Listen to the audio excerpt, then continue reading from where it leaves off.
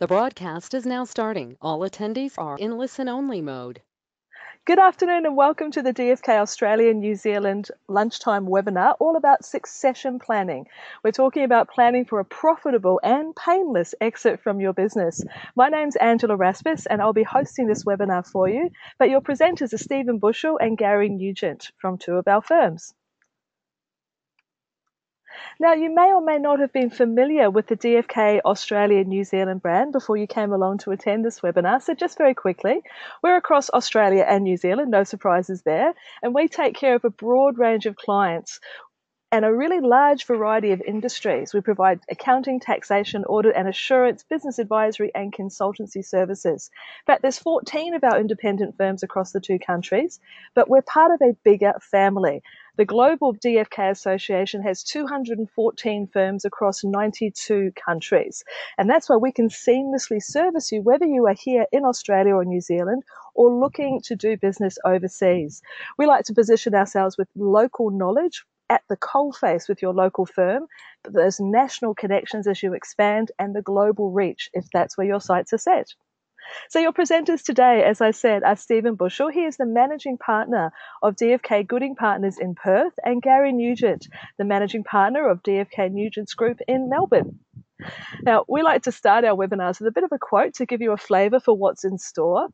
Now, we see succession planning as a process for identifying and developing your new leaders who will replace the current leaders and owners when you want to leave, sell, or retire. So it's our goal today to help you really explore these options so that you can confidently move forward and navigate those pitfalls that could be waiting for you and have a clear action plan so that you can implement your own succession plan.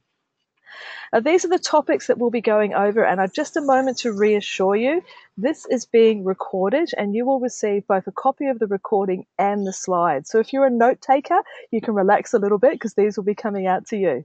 But we'll be looking at what a succession plan is and why you need one, a decision tree, as in which way you're going to be working on succession, looking at internal and external options, helping you put together a strong plan with some simple steps to preempt you on some of those major challenges that you may face, and most importantly, how you can overcome them, looking at tax and structure implications, understanding your business valuation, and creating that action plan to move forward. Now, in the sidebar, your control panel, you will see that there are a couple of handouts for you, one of which is a matrix of the different ways of valuing a business, most important for you to grab and download that, and also an infographic that visually steps you through all the pieces that we're talking about here today, a sort of a visual summary that's very helpful. There's also, whenever you have a question, you can click and raise your hand and type the question into the box. I'll keep an eye on those as the guys are presenting and will either unmute you so you can ask the question directly, or I will ask it of the guys so that they can answer for you. We want to make sure that you get your questions answered on this webinar. That having been said, obviously everybody's situation is very specific, and so we've also set up a complimentary succession planning discussion. There's a link that I'll be sharing with you where you can actually have this 30-minute discussion with anyone that's in a firm close to where you are so that you can get your specific situation discussed. So just before we start, there's a couple of polls. This allows us to understand where you're at in the succession planning picture so we can make this particular presentation as specific to you as possible. So you just need to click on the screen as the poll comes up, and here's the first one. Are you looking with your succession plan of passing on to family, to internal management, or an external sale? If you can do a quick vote there. Okay, thank you. We've got 40% of people voted, just hanging on for a few more as they're coming through. So take a sec to vote there. At the moment, well, it's quite a good split. Okay, a couple more votes to come. Awesome, I shall display this for you. Okay, so we've got 44% of people are looking to pass on to management within the organisation, 33% family, and 22% for an external sale. That's very helpful, thank you. And then the second poll is just simply for us to understand how urgent is this, because this helps us decide which information is most important. So when are you looking to have your succession plan actioned? There's different options there from within 12 months through to over 10 years. Which one applies to you? Okay, just a few more votes to come in, so pop yours on the screen.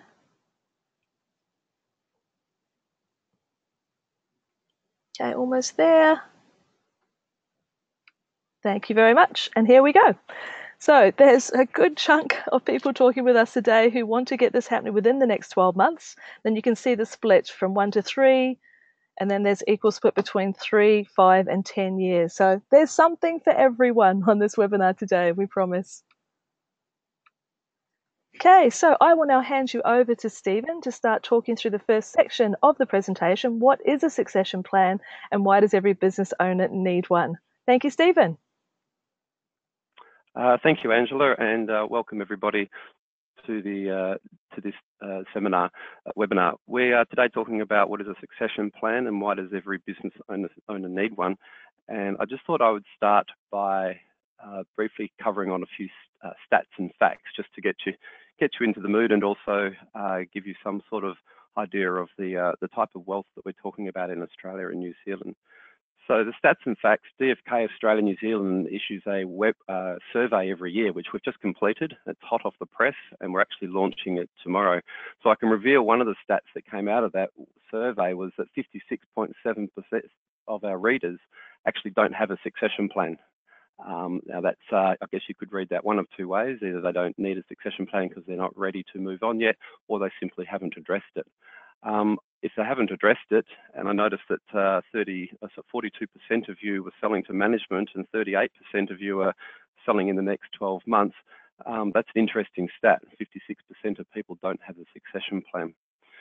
Intergenerational wealth transfer over the next 10 to 15 years will be the largest in Australian history. And I guess that makes sense in that we've got a very large baby boomer population. And that wealth transfer down to that next generation, Generation X and Generation Y, will be happening over that time. That wealth transfer is estimated to be in excess of $3 trillion, and that's just in the SME market alone. So the small to medium family businesses, privately owned businesses is the area that we're looking at. As I said, 25% of the population are baby boomers, and they account for approximately 50% of the wealth in Australia at the moment. So we're dealing with some very large numbers. Self-managed super funds in Australia, as of 2015, there was a total wealth of approximately $1.8 trillion in self-managed superannuation. That's estimated to grow in 2040 to $9 trillion. That's despite the government restricting the amount you can put into super. It's still growing at an exponential rate. So again, you can see there's very large wealth sitting in these super funds, and much of that is sitting in that baby boomer population. Just statistically, the biggest reason for succession planning failure is the lack of communication, and we'll touch upon that in a minute. So I hope that's some interesting facts that you find useful for you, and we'll move on to the next topic. So the next slide that I wanted to cover, if I can get my screen to work, is what is a succession plan and why do I need one? And one of the common questions that I get asked from clients is, what is a succession plan? I've heard a lot about it. I've talked to people about it.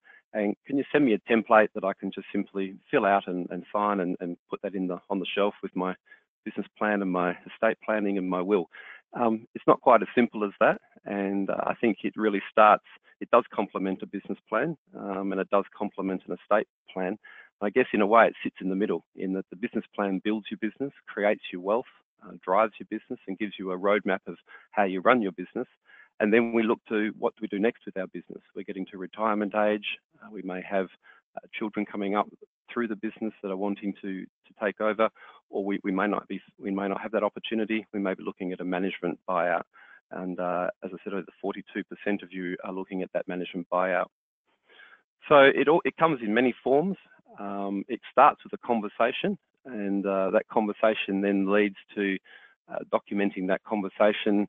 And similar to a business plan, ideally you would end up with a published plan that you can then share with people, and then it becomes a bit of a living document, and it shouldn't be put on the shelf and not revisited.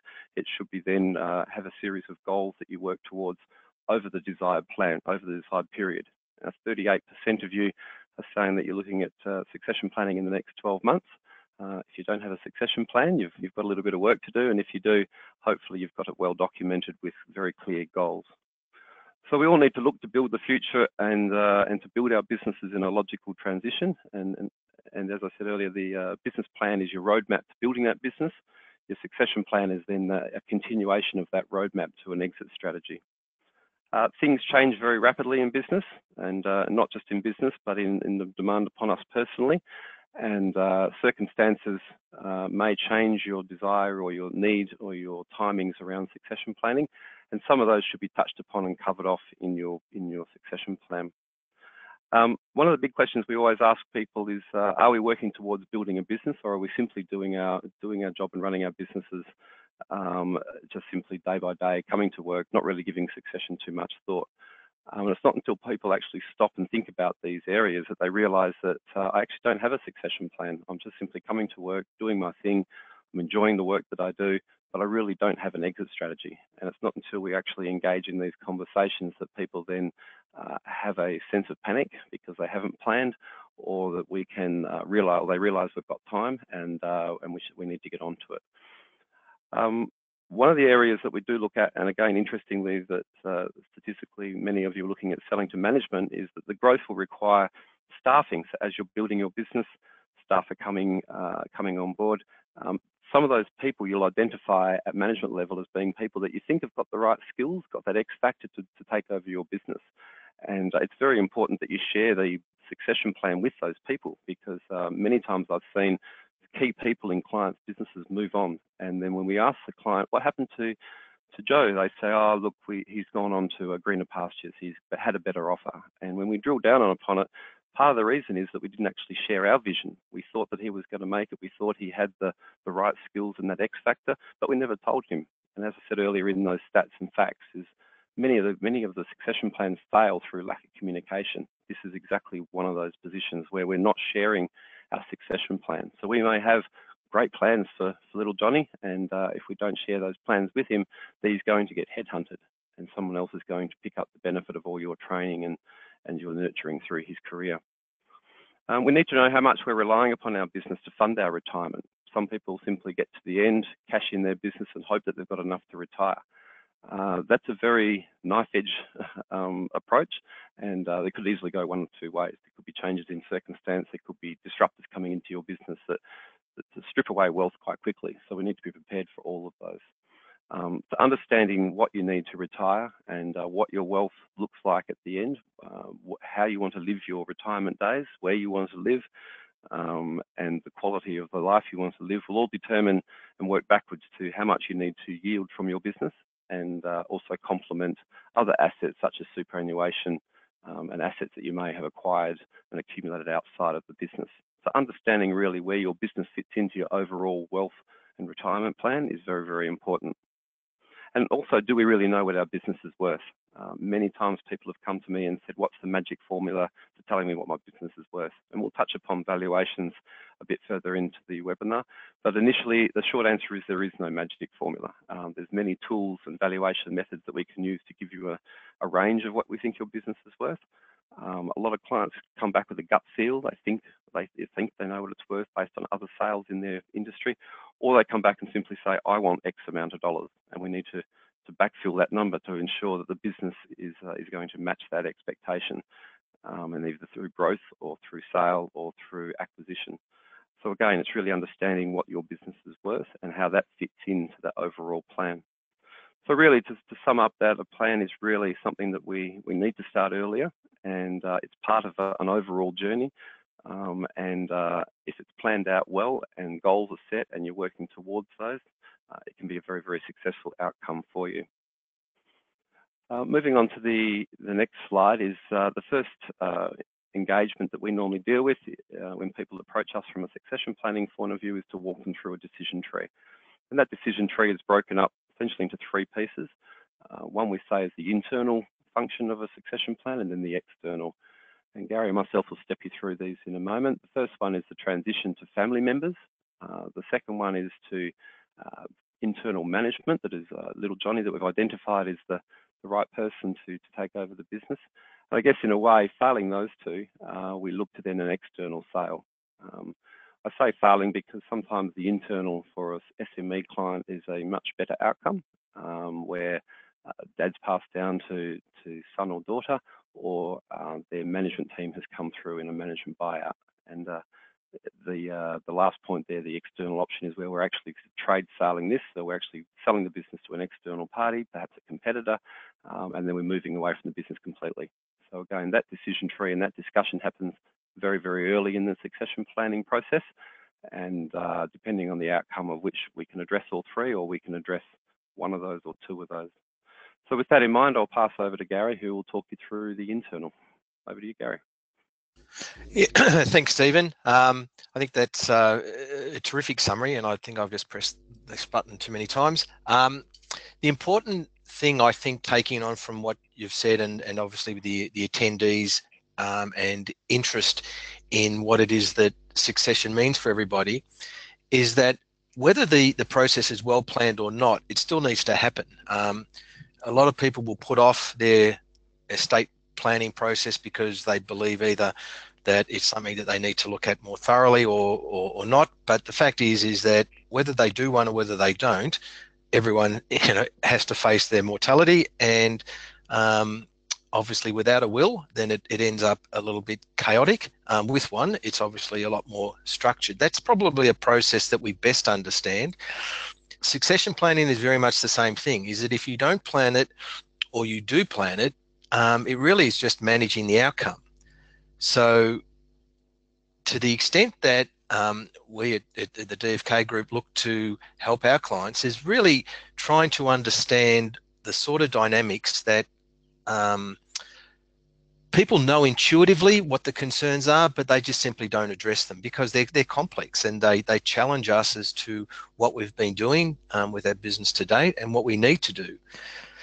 So the idea of the internal succession plan is probably the ideal when mum and dad first set up the business, is that they think, well, it's a bit like if you think back into the early days, it was always a farming operation that would be passed down to one of the children, and an intergenerational wealth transfer was not just a matter of providing them with a robust economic future, but also provided that family legacy that generationally we can see the family flowing through.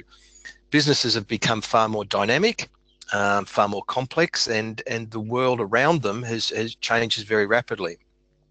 So with a internal sale, one of the probably the key things to do is what we would often recall or refer to as adult conversation, is that there's obviously roles within the organisation or seats on the bus, and we need to ensure that the right people are in those seats.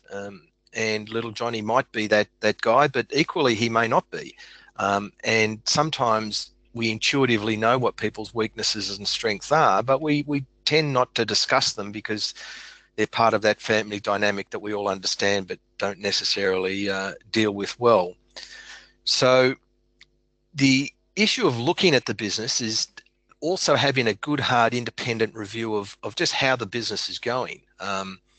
And it may be underperforming, and it may be underperforming for a bunch of reasons. One being that, things are, mum and dad are getting slower and less interested in the business. The pace of change outside the organisation is certainly faster than the pace of change within it, and as a result, the business is starting to trend downwards. Well, understanding that means that not just the value of the business will be diminishing, but the likelihood of bringing the right people into that business will be diminishing. So looking at the various family members that are involved in the business, the question often to them is this something that they want to do? A lot of family people are seconded into a business by virtue of being the eldest or being the one deemed most likely to succeed within that particular function, but it may not be their driving ambition. So having that conversation with them is also important. The right structure is really a key issue, because the structures that we all have, family trusts and partnerships and companies and self-managed super funds and the like, are generally legacy issues. There's things that we've inherited, there's things that were set up 10 and 20 and 30 years ago, and they may not be the appropriate structure going forward.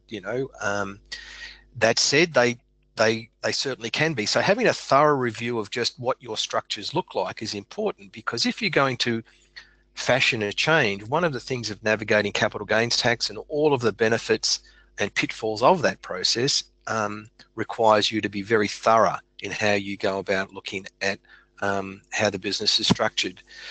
And then, of course, as Stephen has mentioned, how the current owners want, what they want to get paid for it. Sometimes that's a question of what they need to get paid. They may have unrealistic expectations as to what the business is worth. Some questions to discover with the family businesses or a family handover. So is just picking on the point that mum and dad, what actually they want from the business. And that might be financial, it might be a role, it might be respect. And understanding what those motivations are or what those require, because there's no point mum and dad getting out of the business and then being financially destitute, or just leaving the business unencumbered without a value and passed down to, let's say, for instance, the eldest child, because what happens is the second and third child also then they say, well, where's our opportunity to benefit?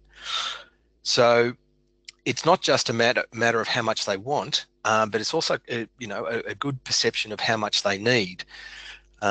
Which of the children are suitable to be involved in the business, and having a good independent review of their age, their experience, and their aptitude towards their business roles. And an independent person can often ask those tough questions that in a family dynamic are very difficult to be raised.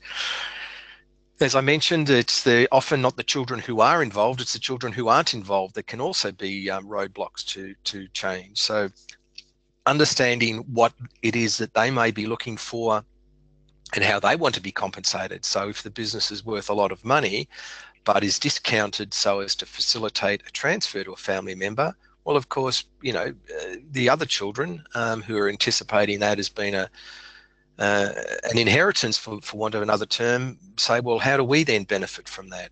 So taking that into account is a process that can be managed and can be financially accommodated, but it once again has to be discussed well in advance. The 2 to 3 year plan timeframes that is ideal. 12 months is very tight, but that said, like anything, if there's a sense of urgency, then things tend to get done. So it's not really the amount of time that you have to do it, it's the amount or the complexity of the issues that need to be addressed. The current structure is suitable for a family handover. Often the existing structure is. If it's just going to the children, then they might already be accommodated as beneficiaries of the family trust. So, the change of structure may not be as significant.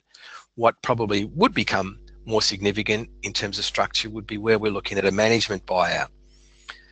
Now, in this situation, often you have trusted lieutenants. You have people that have been in the business for a long time, and from their point of view, they're trusted, and then maybe from a risk point of view, the business can't deal without them.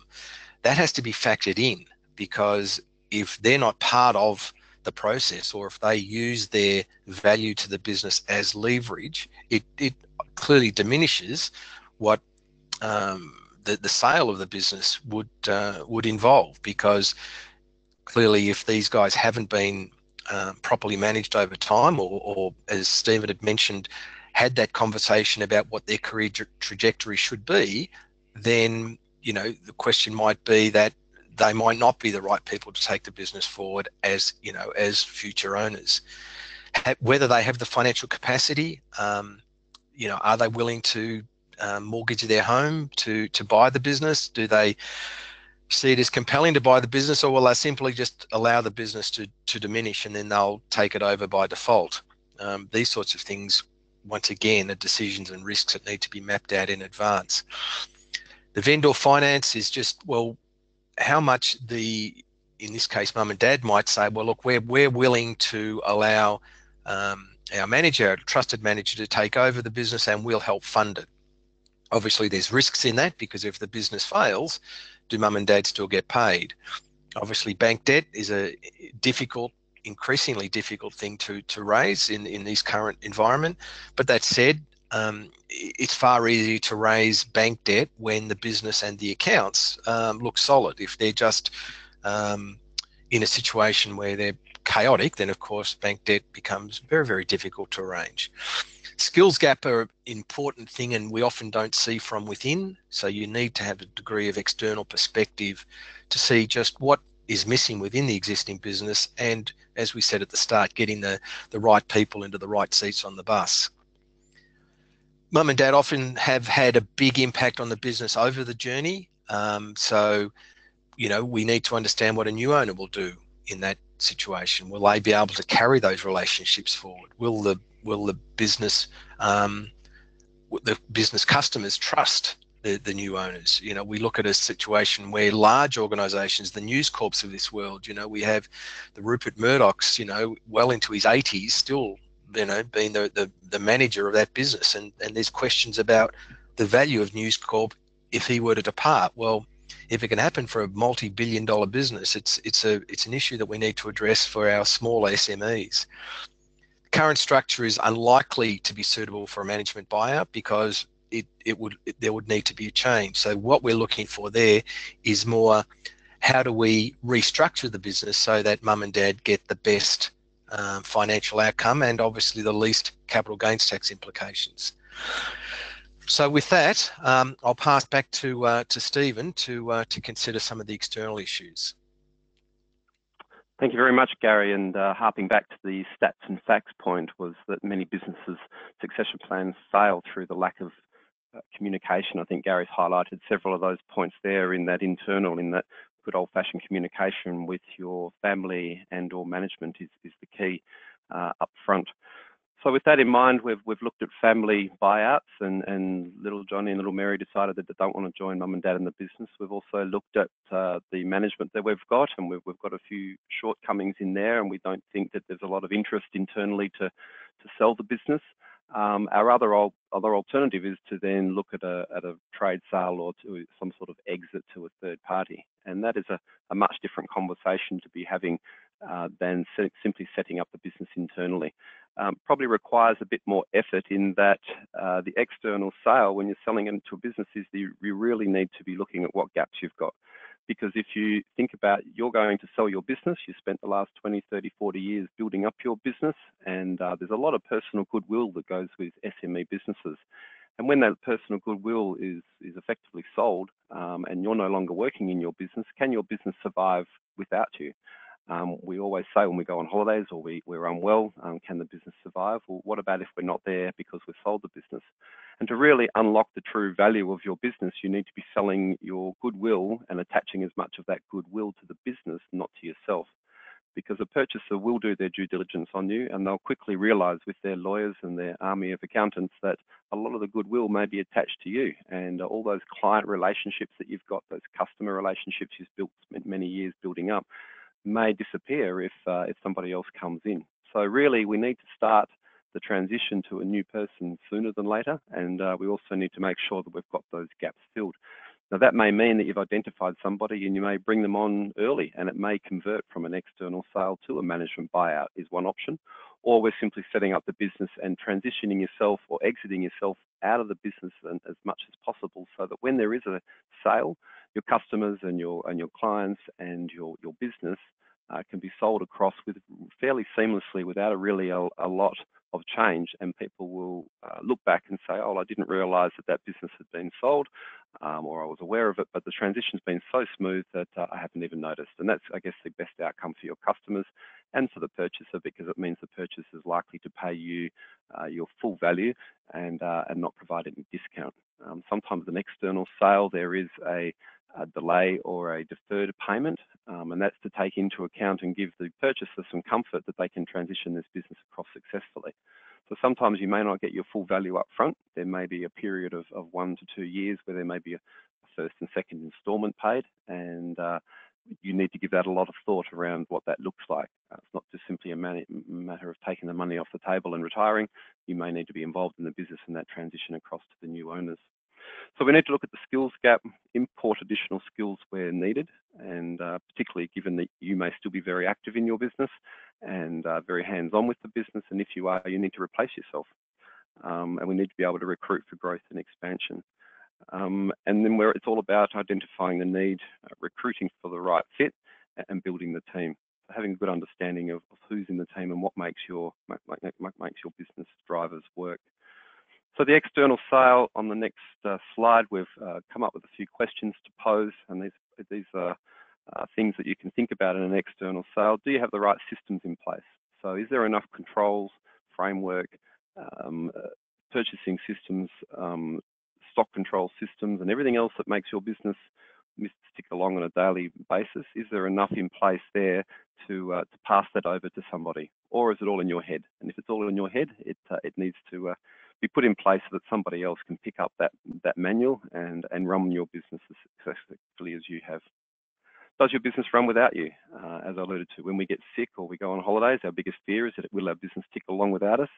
And I think going on holidays, not necessarily getting sick, but going on holidays is a good test of robustness of your business.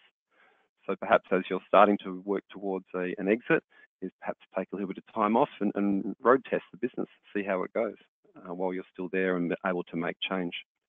Do you have strong financial reporting? As I said earlier, a team of lawyers and accountants may swarm upon your business in a sale process, depending on the size and the complexity of your business. And you need to be able to substantiate your earnings, particularly where you're selling under a future maintainable earnings model, which we'll cover in a bit more detail. You need to be able to substantiate that and prove to those advisors of the purchaser that the profits are real, that the revenue is real, the customers are real. Will your business withstand a due diligence? That's similar to what I've just spoken about, in that it's not just an accounting due diligence, there's a tax due diligence, sometimes there's a legal due diligence, HR due diligence. Depending on the size of your business, you can have quite a big team looking at your business, and you need to be able to withstand the rigours because they'll be reporting back to the potential purchaser. And is the current structure suitable? As Gary alluded to, there's family trust or discretionary trust, unable to be sold, and very difficult to pass down. So do we need to exit that business out of a family trust and perhaps put it into a new co of some sort that can then be sold? Either the shares can be passed across to the purchaser, or the business can actually be sold out of your existing structure. So it's really understanding what that is. And then also, again, the tax implications, particularly around capital gain on the sale of goodwill. What does that look like? When is the tax payable? Can we access any deferrals so that, or any discounts that may be available to minimise the tax? And that's really, again, understanding the structure and really understanding what we're selling. Are we selling plant and equipment? There may be some depreciation add backs. There's property may be involved, capital gains tax.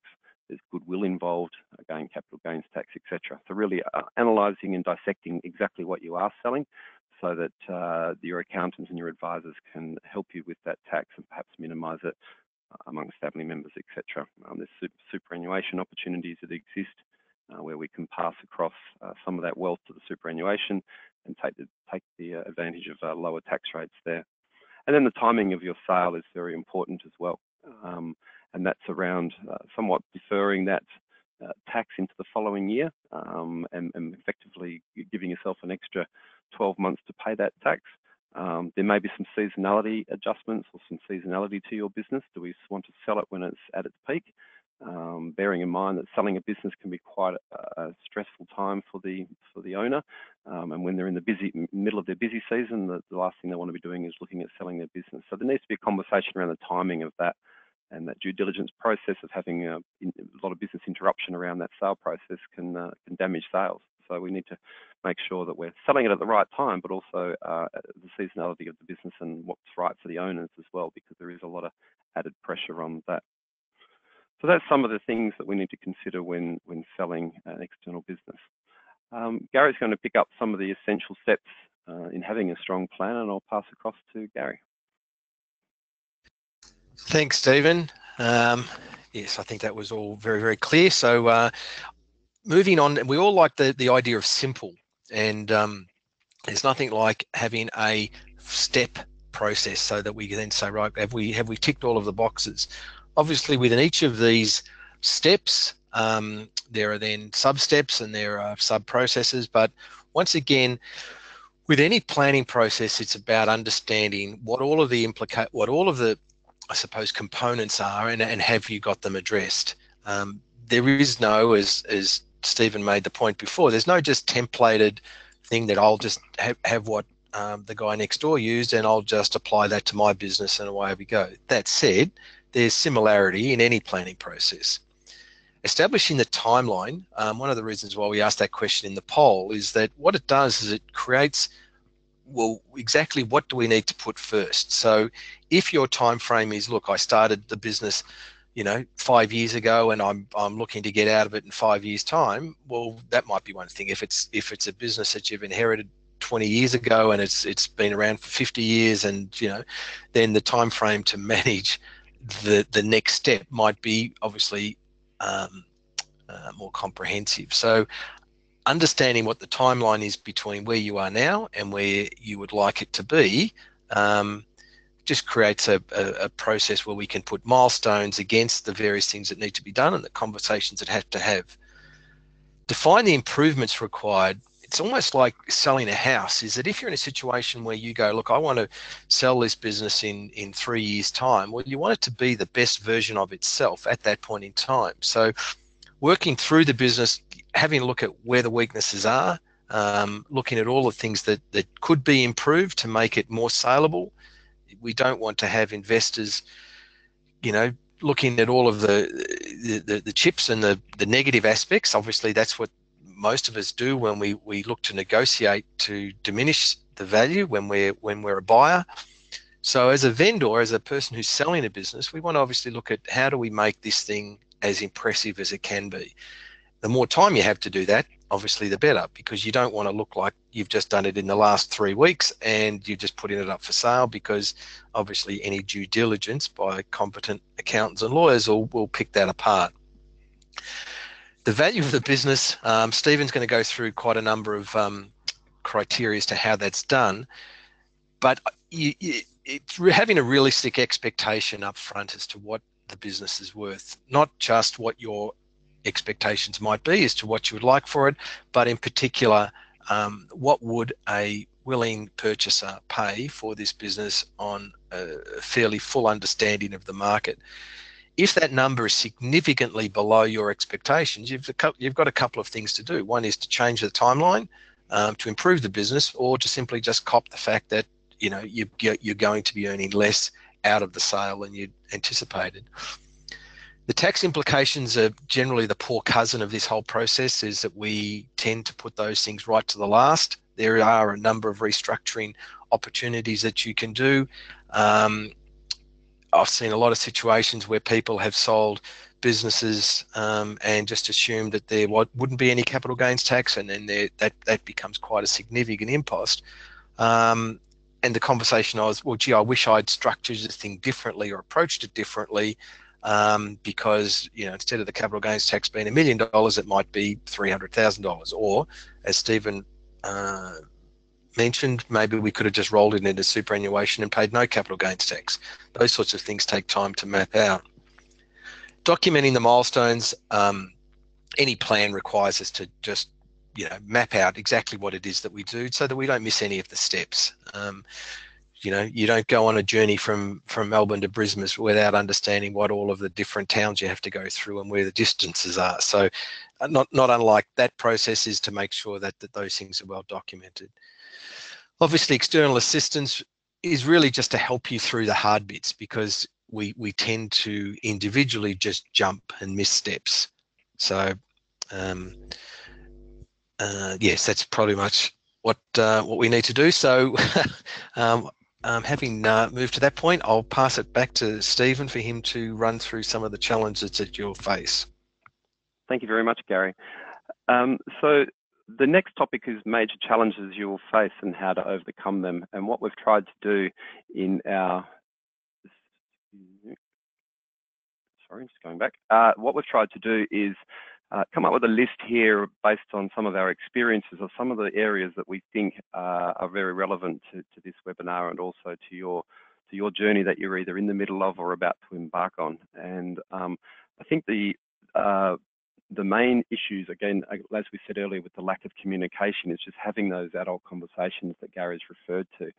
And some of the more effective succession plans that I've seen is where high-functioning families have sat down around a table in a workshop-style format and have really just, I guess, for want of a better word, thrashed it out and put all their cards on the table, where they've had good, solid, honest conversations with each other about their expectations between generations, and remembering that baby boomers traditionally are quite closed, quite private around their wealth.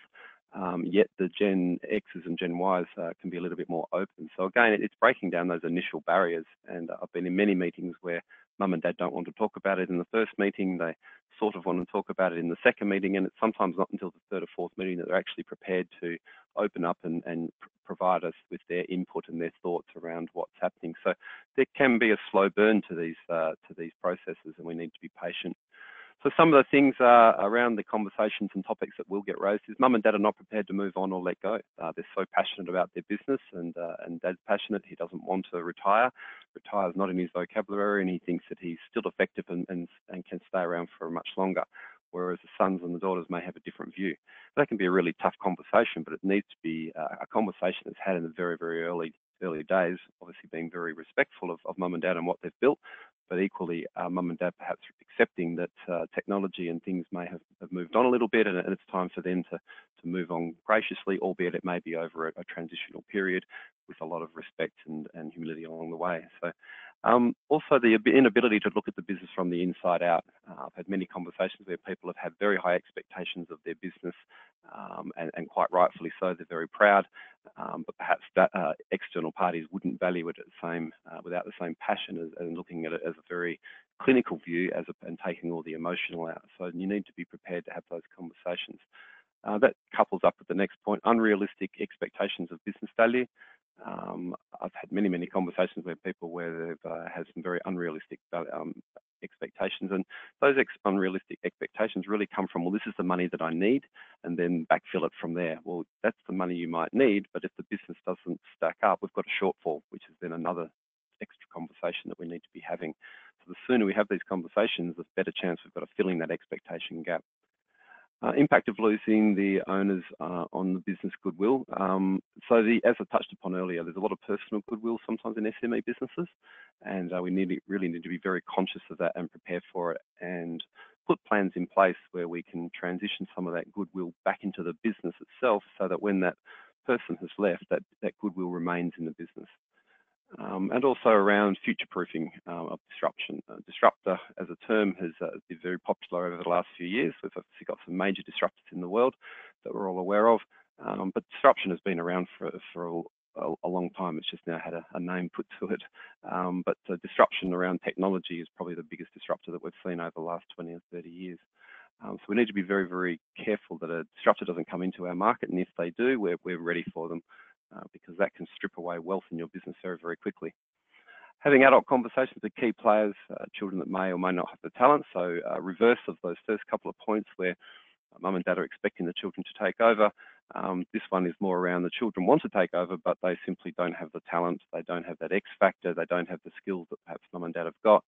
And we need to sit down with them and either give them a chance to build those skills by bringing them into the business, sending them on extra education, going out and getting extra experiences, or having that even tougher conversation where, I'm sorry, little Johnny, but you're not going to be able to move into this business. I'm looking at a management buyout. I've got some very talented people here, or I'm looking at a trade sale. So again, managing those expectations. And again, in very high functioning, good communicating family meetings, I've seen that work very effectively. But again, we've got to have those conversations at some point. It really needs to be at the beginning of the process. And also then the financial outcomes for both sides. Are we getting the true value in what we're looking for? Is it enough to back up our wealth creation and our wealth plan, and just understanding exactly what the bottom line is. As Gary said, there's sometimes taxes can be not addressed until the end, and sometimes too late. So we really need to be having that holistic view to a succession plan and really understanding all the outcomes, including the provision for tax, what that looks like, etc. So with that, nice segue into the next topic, I'll pass over to Gary, who's going to talk about navigating the tax and tax implications. Yeah, thanks, Stephen. The nature of the tax discussion obviously applies to the DFK expertise. It's one of the areas that we traditionally get involved in, but often it's involved a little bit in the conversation a bit too late. There's a whole bunch of restructuring opportunities that are available now to businesses, but often they have to have a 3 to 5 year horizon. And the reason for that is that the capital gains tax restructure would be where you can take your current business out of a structure that was perhaps inappropriate at the time, move it into a more appropriate structure, but you can't just do that on the eve of a sale and have it been effective. The structures that we've noted here, you'd all be familiar with or may not be. We can sometimes have situations where there's a property involved as well as a business, and how we tie that in. It might be that the property or properties aren't for sale, and in that case, it might be a situation where they're either sold separately or they're leased to the new purchaser. And if that is it is going to be the case, it changes the capital gains tax outcomes again. Whereas if they're sold with the business, some of the concessions can flow through. So understanding the structure as to what it is, it's the tail to the dog. It shouldn't drive the outcome, but it certainly is a key component to it. So making sure that you have that well arranged and perhaps in some respects understood, because often we find, clients will come in and they'll say, oh, look, I'm just not aware what the structure is. I've signed tax returns for years, but I've never really understood it. Well, when you come to a sale, all of those issues certainly come into relevance. The issue with the tax structure gets back to, once again, timing. Is that what can I do now, and what should I do now? Have I set the structure up correctly? Have I got the right asset protection strategies in place? Have I allowed for family transition? All of those sorts of considerations. Well, the more time you have to change them, the easier it is, the less implications we have for things like stamp duty, property transfers that may need to be accommodated, and the like. The issue probably with the surprises are the things that we come across a lot, where people go, I just wasn't aware that capital gains tax would be applicable, or, as I've seen recently, where somebody had a property, a fairly significant property with a very substantial gain, but for some reason, and obviously not part of the DFK advice, is they'd bought it in an incorrect structure, and as such, they don't have any capital gains tax protection, and they're up for a big shock. So it's one of those things, is that knowing what those surprises are well in advance is important. As I mentioned, there mightn't be all of the assets that are transferring, and understanding those, making sure that things like intellectual property are well documented and controlled, so that they can transfer to a new owner. Change of control considerations and timing. Sometimes you're in a situation where the company has got embedded losses, and the purchaser wants to look to retain those.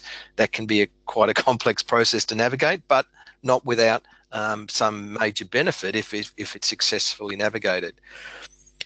The estate planning process is, in some respects, pivotal, because what you want to be able to do is make sure that if you're going to go through this succession planning process and address some of the issues that we've highlighted here, that you actually look to dovetail it very cleanly within your estate management, because then everyone understands that, whether you communicate that to the next generation or not. What we all want to do is make sure that it's as well organised as it possibly can be. So with that, I'll pass across to Stephen to start looking at some of the valuation guidelines. Thank you, Gary. So the last point we wanted to talk about before we summarise is the valuation. So as I said earlier, a lot of people will phone, or we have meetings, and they'll say, tell me what my business is worth. I always say, if only it was that easy. It starts out with obviously a willing buyer and a willing seller who will ultimately determine what the value of the business is.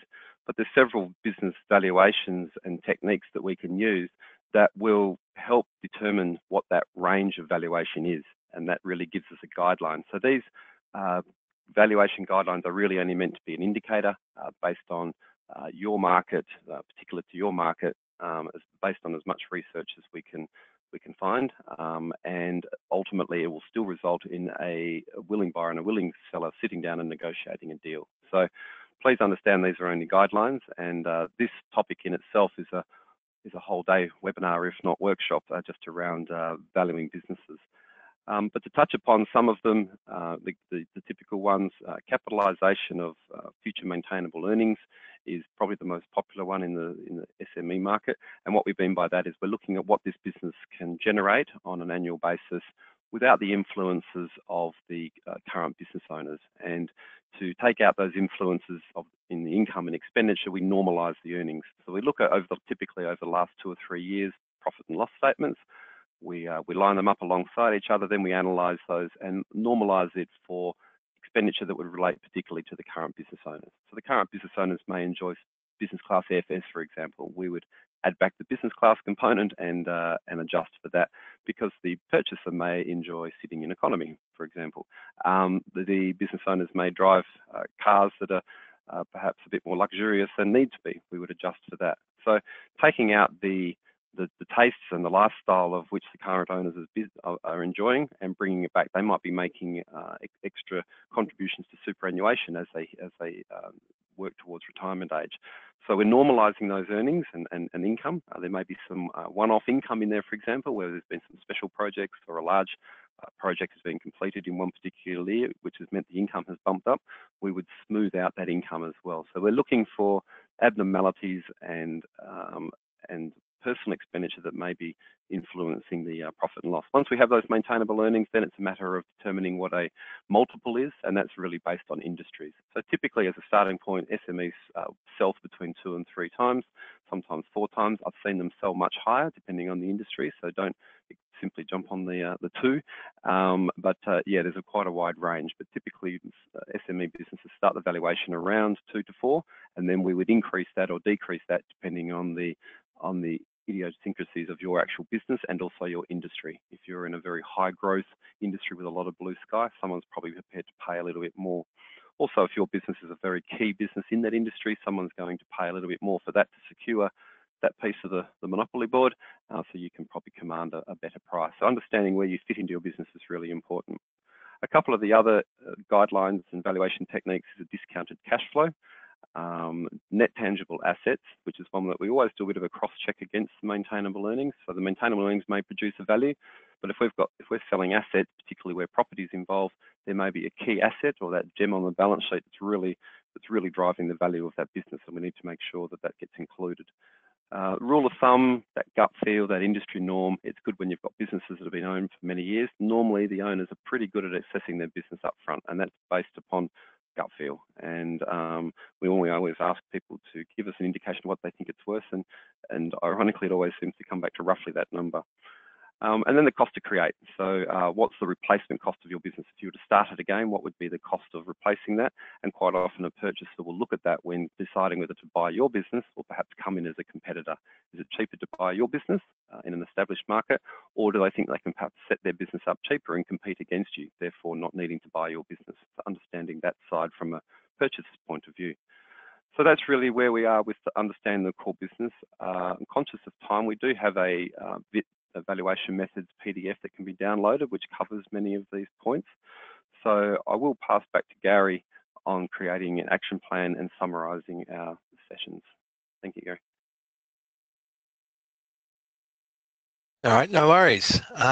So in terms of taking us through to the last stage of the process, is how do you wrap all of this wrap up all of this conversation into a cogent plan that you can walk forward and say, I've confidently addressed all of the issues. And the fact of the matter is that it is a long process. There are a lot of things involved. There's a lot of people involved, a lot of egos involved, a lot of expectations that need to be managed.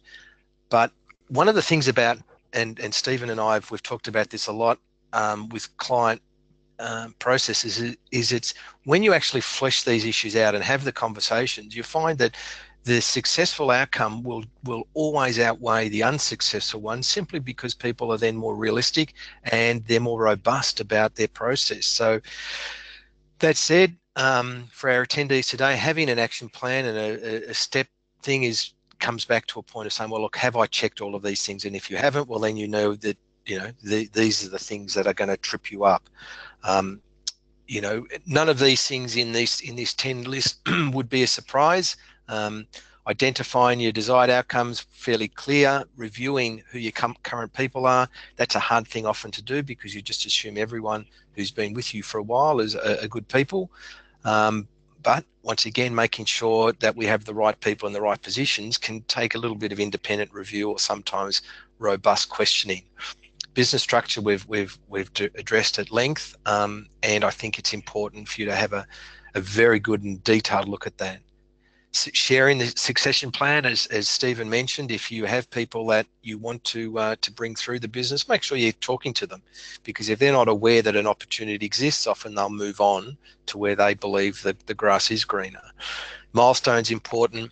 Beginning is critical. For those of you who are looking at a 12-month horizon, well, probably you should have begun earlier, but you can't. So you can only deal with tomorrow. You can't manage yesterday. So start. Monitor your progress independently and individually. Allow for delays, because all sorts of things can happen. People can get sick, people can change their mind, you can have change of staff, and most importantly, have a backup plan. So a plan B, often a plan C. What happens if these key things that you're looking at don't come into fruition? So with that, I'll pass you over to Angela, who can wrap this webinar up. So thank you very much. Thanks, Gary, and thanks, Stephen. And thank you for everyone who has stayed with us on the line today. I wanted to point out again and give you both on the screen the address, and also if you look in the chat window on the right-hand side of the GoToWebinar control panel, you'll find a hot link there where you can go straight to the spot where you can book your complimentary succession planning session. Bit of a mouthful, that one, where you'll be able to speak to an advisor in the firm closest to where you're geographically located. That's completely complimentary. You may have some points that came up in today's webinar that you'd like to explore deeper, and you're most welcome to get that call booked in. A couple of other things to remind you of. You will have a recording, the handouts and the slides will all be sent to you. And at the end of this particular webinar, there'll be a very quick 2-question poll that we ask you to answer that just gives us some feedback to know that we're on point when it comes to taking care of the needs that you have as a business owner going forward. This is one of our regular webinars. This is our final one for 2018, but there'll be more coming in the new year, and we'll certainly make you aware of them and give you ample time to register and come along and have some of this extra education and training from our guys. So I was looking in the question panel. There doesn't seem to have been any questions posed. I'm just checking again now in case anyone has popped a hand up. You're most welcome to email us if anything comes up that you would like an answer to. And just to remind you that in addition to the deep expertise and experience we have on the topic of succession planning, there are many other areas in which we can make a positive contribution to your business as well. So if you're considering having some new support in 2019 in any of these areas, rest assured we would welcome a conversation where we may be able to help you grow and increase the value of your business. So thank you so much for spending your time here with us today.